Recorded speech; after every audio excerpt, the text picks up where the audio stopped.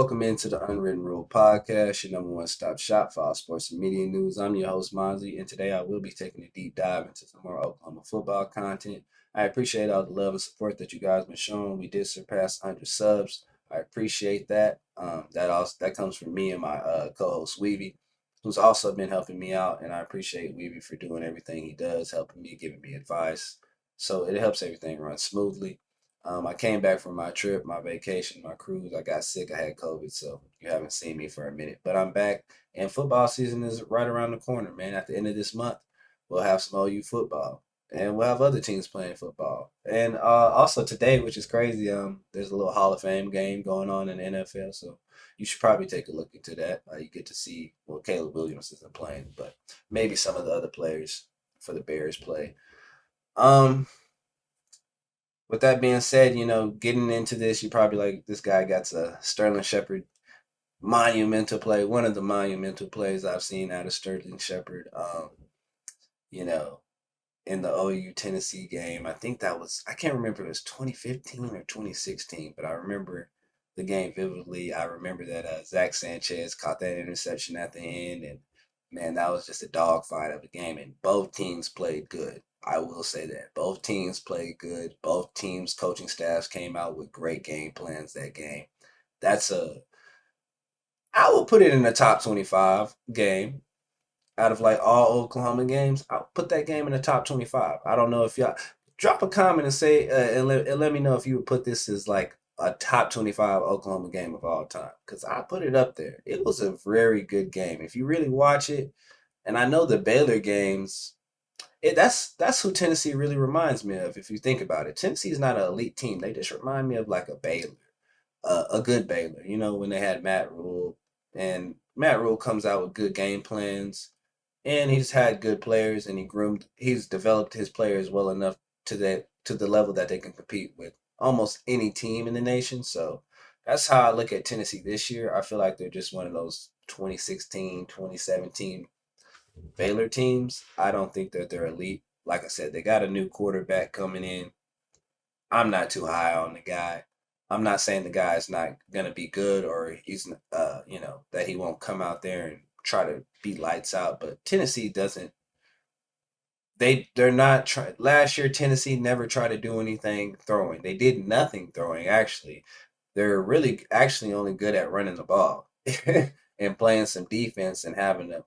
And their defense is good because their defense doesn't give up big plays for the most part, but when those big plays come around, it puts them behind. But Tennessee will play football every single quarter. So they're not going to just, sit down and give up at any point.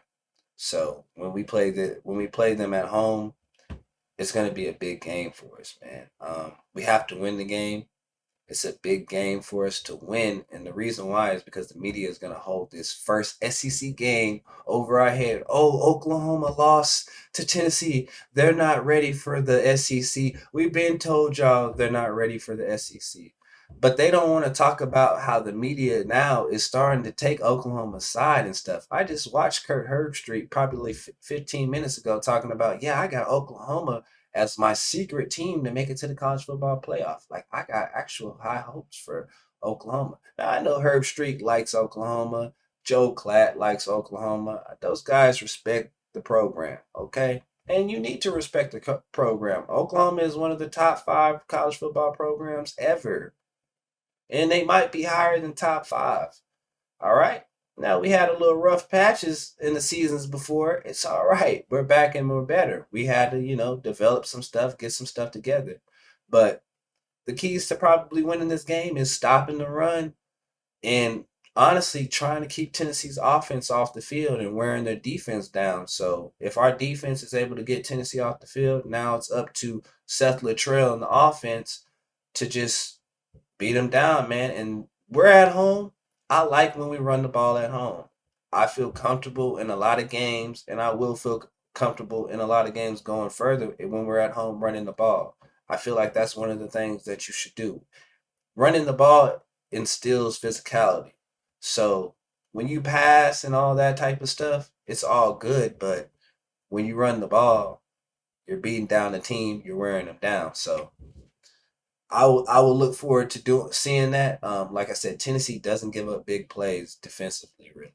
Um, but I've never seen Tennessee go against high powered offenses. And when I've seen Tennessee lose football games, I've seen them losing bad. I've seen them losing real bad. But Oklahoma, hopefully we don't get into this long game with these guys. Hopefully we come out with a good game plan, and hopefully we just come out with a win. Whether it's good, bad, or ugly, I do see us winning this football game. I want us to win this football game. Like I said, I don't want the media to paint this picture saying that we're not ready for the SEC. Plus, this is a good football game to win because we have a rough 3 game slate. Where you have to, like I said, where you have to play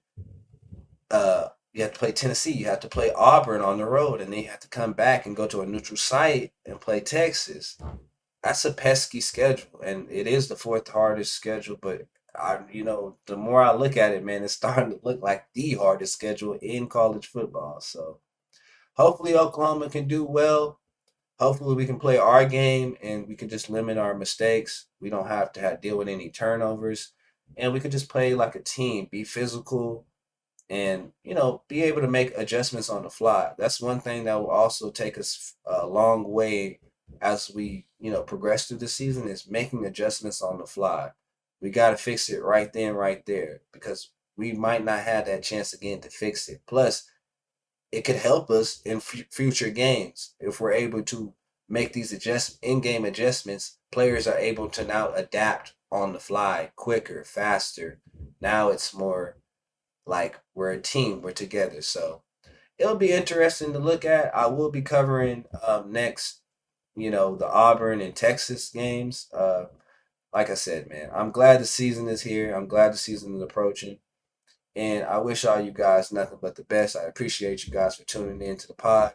I will be dropping a video probably gonna drop another one on Saturday or Sunday. So you guys just please feel free to leave a like, comment, subscribe to the channel. And also I do want to know, do you consider, I don't know the year of the game what this picture came from. I don't remember if it's 2015 or 2016 against Tennessee on the road.